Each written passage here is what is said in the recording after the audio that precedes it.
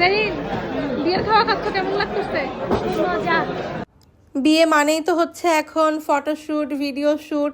আমার বিয়ের সময়ও এই চলটা ছিল, এখন থেকে 9-10 বছর আগে হলেও। তো এখন তো আরও আপডেট হয়েছে সব কিছু। আমি আর নৈসর্গ একটু ছবি তুলে নিচ্ছিলাম, সবাই মাত্র এন্ট্রি নিচ্ছিল, খুব বেশি লোকজন ছিল না। এই যে এখন বড় বউ চলে আসলো, ছোট বউ তো আগে থেকেই ছবি তুলছিল। তো দুই বউই অনেক সুইট ছিল, দুই বউয়ের লেহেঙ্গার কালারও ম্যাচিং ছিল।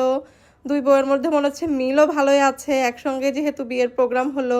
এদিকে ছোট বউ ঘুরে ঘুরে ভিডিও করছে, ওইদিকে বড় বউ কাপল পিক তুলছে, আর এদিকে তো আম্মু আব্বু আঙ্কেলরা সবাই মিলে বসে আড্ডা শুরু করে দিয়েছে।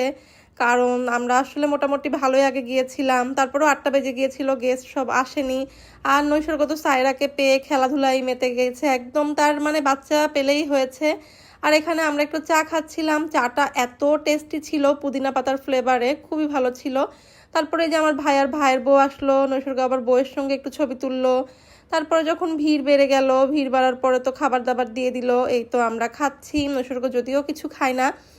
আর আমার বিয়ে বাড়ির পোলাও রোস্ট কেন জানি সবসময় খুব মজা লাগে, আর সবচেয়ে বেশি ভালো লাগে কাবাবটা। তো আমরা এই যে খাওয়া দাওয়া করলাম, জেরিন সুন্দর করে ছবি তুলছিল। খাওয়া দাওয়ার পরে নৈসর্গ আবার আমার ফ্রেন্ডের বাচ্চাদের সঙ্গে একটু খেলাধুলা করলো, তারপরে আমরা চলে আসলাম। এই তো আমরা এখন বাসায় চলে এসেছি।